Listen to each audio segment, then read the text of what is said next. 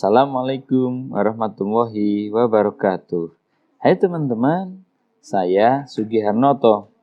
Kali ini kita akan belajar bersama tentang apa itu APBN.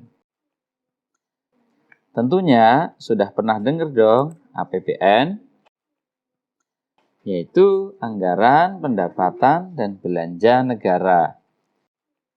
Di negara kita, APBN merupakan perwujudan dari Undang-Undang Dasar tahun 1945, tepatnya pasal 23 ayat 1 dan ayat 2. Secara luas, APBN dapat diartikan sebagai daftar yang merinci segala pendapatan dan pengeluaran suatu negara dalam satu periode tertentu. Secara gampangnya, APBN itu seperti kita mengatur dan mengelola keuangan kita. Kita dapat dari mana dan akan kita gunakan untuk kebutuhan apa saja. Nah, berikutnya, apa fungsi APBN itu sendiri? Yang pertama, ada fungsi alokasi yang bertujuan membagi proporsi anggaran dalam menentukan alokasi pembangunan agar terwujud pemerataan. Misalnya, di wilayah Pulau Jawa, seberapa besar alokasi yang akan diberikan tentunya akan berbeda dengan yang ada di Pulau Sumatera, Kalimantan, dan lainnya. Ini disesuaikan dengan jumlah kebutuhan dan kondisi yang ada. Yang kedua, fungsi distribusi, di mana APBN disalurkan kepada masyarakat berdasarkan alokasi yang sudah ditetapkan. Berikutnya, yang ketiga, ada fungsi stabilitas. APBN menjadi alat dalam memelihara dan mengupayakan keseimbangan perekonomian negara. Ini berguna untuk mencegah jika nantinya terjadi inflasi dan deflasi. Yang keempat, ada fungsi otoritas. Pemerintah memiliki kewenangan mengalokasikan sumber daya sesuai dengan apa yang sudah direncanakan, sehingga APBN menjadi dasar pelaksanaan pendapatan dan belanja di setiap tahunnya. Yang kelima, perencanaan APBN berfungsi untuk mengalokasikan sumber daya sesuai dengan apa yang sudah direncanakan setiap tahunnya. Misalkan, pemerintah ingin memajukan pendidikan, maka APBN akan lebih difokuskan pada alokasi sektor pendidikan.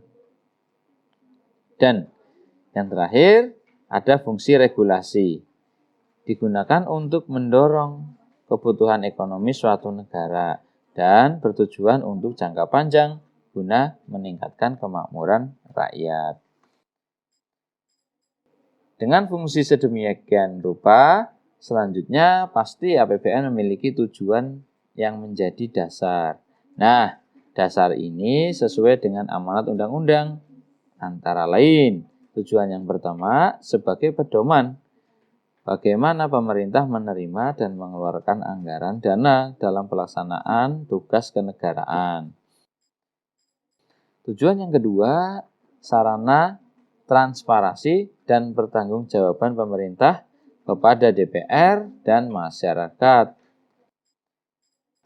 Yang ketiga, meningkatkan koordinasi antar lembaga di lingkungan pemerintah. Yang keempat, membantu pemerintah mencapai tujuan fiskalnya. Dan yang kelima, memungkinkan pemerintah memenuhi prioritas-prioritas apa saja yang akan dibelanjakan. Jika kita perhatikan dari kelima tujuan di atas, secara umum disusunnya APBN bertujuan untuk meningkatkan produksi serta kesempatan kerja dalam rangka meningkatkan kemakmuran masyarakat dan pertumbuhan ekonomi.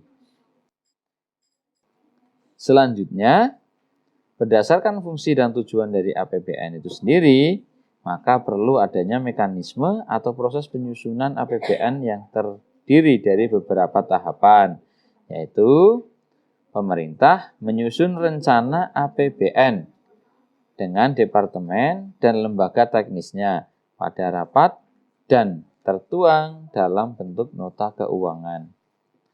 Selanjutnya, rencana APBN yang sudah dirapatkan diajukan ke DPR oleh pemerintah. Pembahasan rencana APBN oleh DPR dilakukan dalam masa sidang. Persetujuan rencana APBN oleh DPR yang akan menjadi APBN dilakukan dengan undang-undang. Dan apabila rencana APBN tidak disetujui, maka menggunakan APBN tahun sebelumnya. Dan yang terakhir, sebelum APBN itu dilaksanakan, maka harus diperkuat dengan adanya keputusan Presiden tentang pelaksanaan APBN. Dan setelah itu, APBN bisa dilaksanakan di tahun berikutnya. Bagaimana? Sudah pahamkah tentang APBN itu apa, serta fungsi dan tujuannya? Semoga pembelajaran kita tentang APBN ini dapat bermanfaat bagi kita semua dalam memahami pengelolaan keanggaran negara. Terima kasih. Mengawal APBN Indonesia Maju. Salam literasi pendidikan. Wassalamualaikum warahmatullahi wabarakatuh.